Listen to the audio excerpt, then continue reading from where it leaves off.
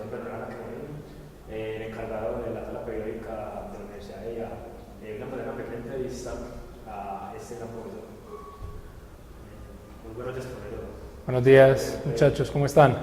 Bienvenidos, profe. Profe, nos íbamos a hacer unas primeras preguntas a la tabla periódica que tú ayudaste a crear para esta universidad.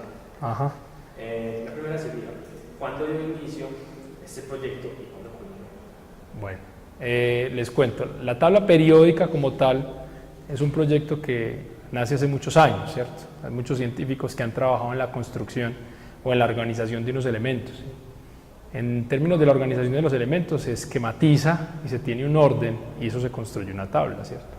Entre los últimos que podemos hablar está Mendeleev, ¿cierto? Y los últimos aportes son Moseley o Seaborg. La tabla que se usa hoy en la Universidad de IA viene de una problemática que se ha presentado en los últimos tiempos, y es que estamos trabajando con una tabla que se llama actualizada. Es una tabla que es un formato que hoy en día, estamos hablando de 2017, y se usa la misma tabla que yo usé cuando terminé mi bachillerato en el 1919. Entonces nace como una preocupación de cómo podemos hacer algo para no criticar lo que está, sino proponer algo nuevo, ¿sí? Entonces nace más o menos desde 2010-2011 con la inquietud entre otro compañero, y la inquietud era que mi compañero no tenía trabajo.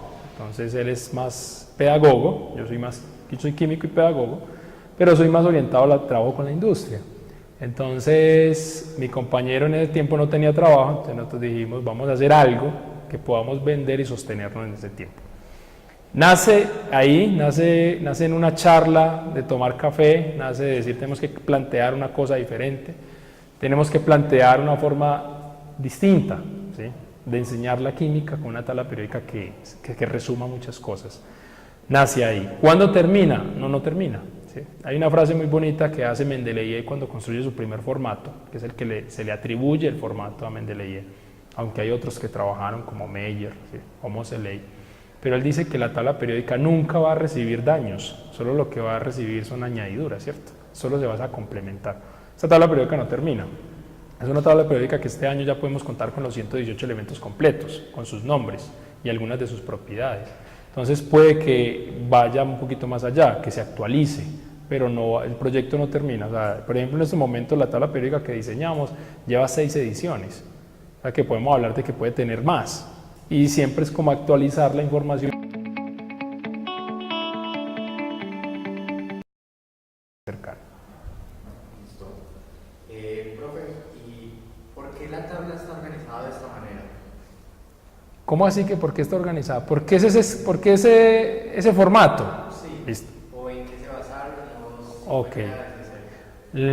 No, la tabla que nosotros tenemos actualmente, que es la que se encuentra en la Universidad EIA o en otras instituciones que ya se está implementando por algunos docentes, es un formato que se conoce como formato largo, ¿sí? Es uno de los formatos que plantea Moseley, pero ese formato se pierde. Entonces Moseley hace un trabajo y el trabajo de Moseley se complementa con Seaborg. Por ejemplo, la tabla periódica que se conoce actualmente es un formato de tabla, que les voy a mostrar cómo es el diseño. El formato de tabla es este. Esta es la tabla que se conoce actualmente, ¿cierto? Entonces, normalmente hay una hoja con esta tabla y aquí abajo hay una serie que se llama serie lantánida, serie actínida, ¿sí? Entonces, este formato era el formato de Moseley. Entonces llega otro científico que es Seaborg, y Seaborg dice que hay una serie de elementos que debería estar en este intervalo, que son estos. Entonces, cuando uno toma este diseño de Seaborg, ¿sí?, cuando uno toma este diseño, cuando uno mira que hay un conjunto de elementos que tienen las mismas propiedades con respecto a esto, entonces se encuentra lo que llamamos el formato largo. Entonces el formato largo ya es todo esto. Entonces este es el resumen. Entonces si yo voy a analizar mi tabla sería más o menos partir acá. Entonces por eso cuando uno tiene este formato, uno lo que hace es que esta serie la pega acá, ¿cierto? Entonces hacemos esto, esta es la tabla corta. Al tener la tabla corta tiene que expandirse así. Entonces, el formato es un formato largo. Normalmente uno encuentra un formato corto, y el formato corto a veces se da por términos de papel. Entonces, por eso se diseña de que sea de esa forma. Parte de ahí, lo que estamos haciendo es cambiando algunas cosas como propiedades. Por ejemplo, ubicar el hidrógeno en una posición que no es habitualmente encontrar lo que es encima del flúor, ¿sí? Entonces, el hidrógeno, ¿por qué está aquí o por qué está allá? Entonces, primero está aquí porque se organiza según siendo el número 1 y las propiedades de él similares a las del grupo 1. Pero su formación de hidruros lo hace complementario en esta partecita. Entonces, es lo nuevo. Ahora, el helio es un gas noble, pero el helio, desde que se ve de los orbitales, el helio puede formar el 1s2. Entonces, al llenar su orbital, pertenecería al grupo 2, que es donde está, por ejemplo, el berilio. Entonces, es algo diferente, que es lo que ha llevado como a razonar, ¿sí? Y es un poquito más completa. Entonces, se toma un formato de tabla periódica anterior, se actualiza, porque esa es la otra cosa, y a partir de actualizarlo, entonces se hace una modificación. ¿Cuál? Que esta tabla periódica se mueve en dos cosas. Este formato que está aquí es el formato de la tabla en términos de los elementos. Entonces, cuando uno voltea es en términos de las sustancias. Entonces, normalmente en la tabla encontramos lo que es el hidrógeno, pero entonces cuando uno voltea la tabla se encuentra el dihidrógeno, de las propiedades de las sustancias. Actualmente tenemos un formato de tabla que tiene propiedades de la sustancia y del elemento, ¿cierto? Por ejemplo, una cosa es la temperatura de fusión, eso es de la sustancia.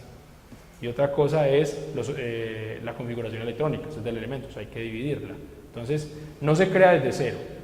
La tabla se crea desde un referente que ya está, ¿cierto? Lo que hace es actualizarlo, modificarlo. Y eso es lo que se puede llamar innovación, ¿cierto? Generar algo nuevo a partir de lo que ya está.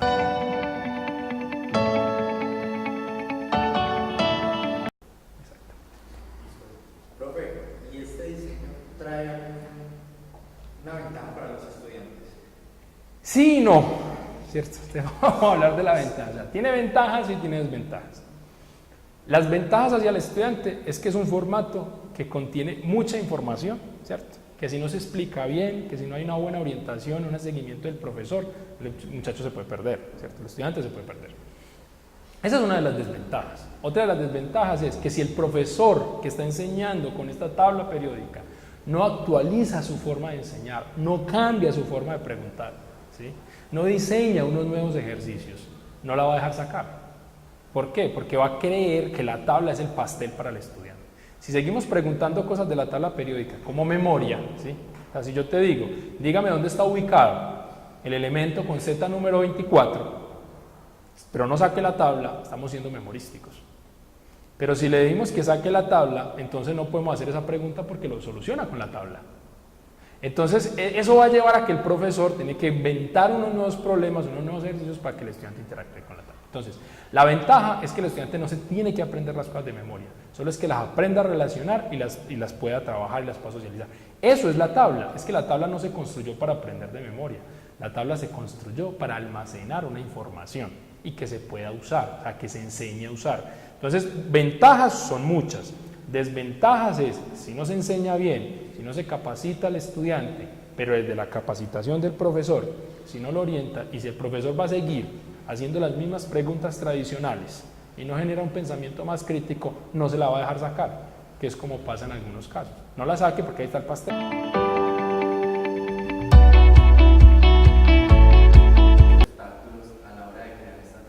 Uno y muchos, te cuento.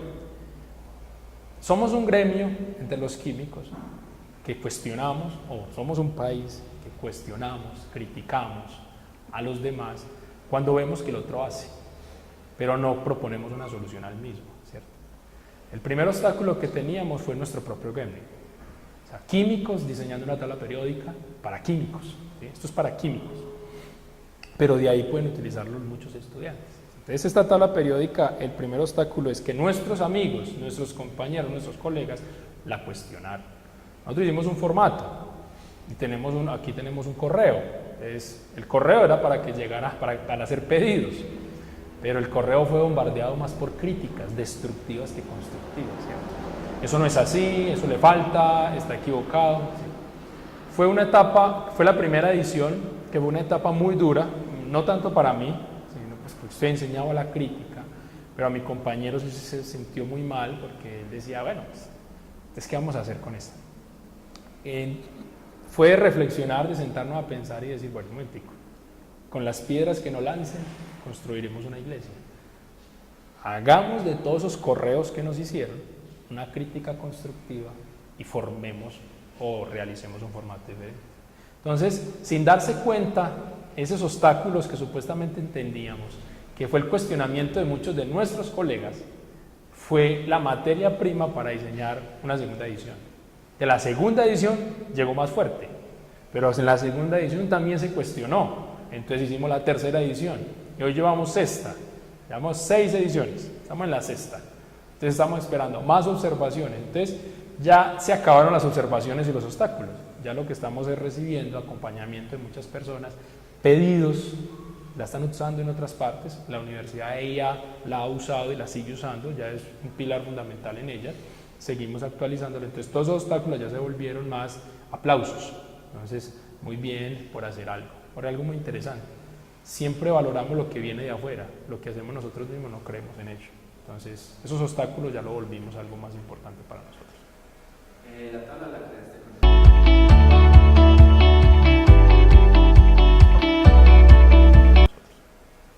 La tabla la creaste con tu compañero en conjunto. ¿Cómo fue ese trabajo? ¿Cómo se repartieron las cosas y cuál fue tu aporte? Bueno, el trabajo fue largo. Estamos hablando de más o menos 6-7 meses construyéndola. El trabajo fue así: dedíquese usted a un lado y yo me dedico al otro, ¿sí? Somos químicos, no sabemos manejar programas, aprendimos a manejar, o sea, comenzamos en PowerPoint, ¿cierto? ¿No? PowerPoint, en el Office, pero ya aprendimos a usar Corel, entonces aprendimos a usar colores, hicimos mucha referencia, entonces fue un aporte 50 y 50, ¿cierto? Por un lado y por el otro.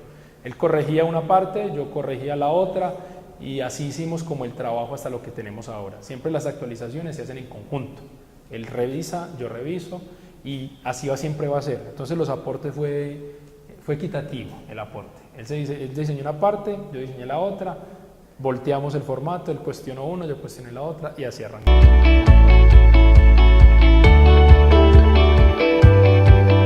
Sí. ¿Tú cómo ves la tabla? ¿Cómo veo la tabla? A ver, la tabla fue algo que yo quise hacer hace muchos años, ¿cierto? Yo les confieso una cosa. Yo quería diseñar algo que los profesores no dejaran sacar, que el estudiante quisiera conseguir. O sea, al principio los jóvenes cuando nos dicen eso no lo haga, uno lo va y lo hace, ¿cierto? Entonces se riega algo como compre la tabla del profesor Pedronel, que esa no la dejan sacar. Entonces, ¿qué tiene que no la dejan sacar? Entonces va a llevar como a conseguirla, ¿sí? Ver hoy la tabla, o sea, para mí es algo muy, o sea, me enorgullece mucho ver cómo yo cuando llego a una universidad, a una conferencia, yo siempre llevo mi tabla y promuevo la tabla o regalo la tabla o se puede vender la tabla. Pero cuando uno llega invitado a una universidad y vos ves estudiando a muchos estudiantes, ¿cierto? Y que la están usando, pero lo más berraco es que vos pasas como un fantasma, porque vos sabes que esto es tuyo, pero los demás no sabes quién sos vos. Entonces vos pasas por ahí y ves que el otro está utilizando algo tuyo, que vos lo diseñaste, lo creaste, pero ellos no saben quién es el que pasa por ahí, ¿cierto? Entonces me enorgullece mucho tenerla, verla y que se promocione, ¿cierto? Sí, es como cuando uno saca algo, no sé qué es tener un hijo porque no tengo, pero dicen que es como tener un hijo, pero son de esos hijos que llegan y se dejan ir, o sea, le tengo mucho amor, pero no me aferro a ella, que puede llegar otra persona y haga una innovación diferente o haga una tabla. Entonces, por ejemplo, es tanto el amor que yo puedo coger una tabla y para poderla estudiar hago un diseño como este, ¿cierto? Un diseño donde yo pueda entender que la tabla es un concepto espiral, que ella hace unas rotaciones, o que yo puedo entender de que la tabla es esto, ¿sí? Entonces, esto es lo que lleva el concepto a la locura. Entonces, es que usted se obsesionó, no, es para entenderlo de otra forma. O que yo pueda decir, es que el formato Seabor hizo esto, ¿cierto? Pero cuando usted lo resume, todas son las mismas. Entonces, es un amor que le tengo a un formato que diseñamos, pues criticando o cuestionando constructivamente lo que está hoy en el mercado, que no se va a acabar, ¿cierto? Va a seguir, que la gente ya está dándose cuenta de que hay que actualizarlo, ¿cierto? Entonces, esto va a mostrar diferentes cosas de cómo usarlo.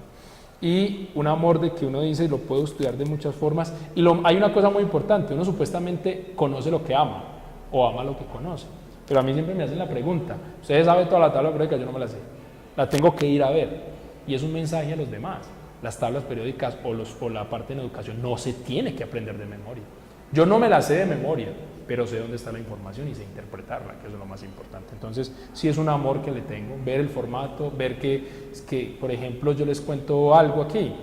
Estamos hablando de más de 2000 ejemplares que han salido o que se han pues impreso desde el 2011. Son 20.000 ejemplares hemos entregado. Lo sé porque los he sacado, ¿cierto? Entonces, sé que 20.000 personas lo han leído. Y usted los ve y lo guardan, lo actualizan, ¿cierto? Entonces, siempre estamos actualizando. Ese es el objetivo de nuestra tabla. Posible para otras áreas. Eso es lo que se piensa. Bueno, profesor, eso es todo. Muchas gracias por su tiempo. A ustedes, muchachos. Muchas gracias a ustedes por la entrevista. Usted por el tiempo y por la tabla que en serio nos ayuda mucho en los parciales. Muchas gracias. Muchas gracias, muchachos. Muchas gracias. Bueno, hasta luego. Gracias.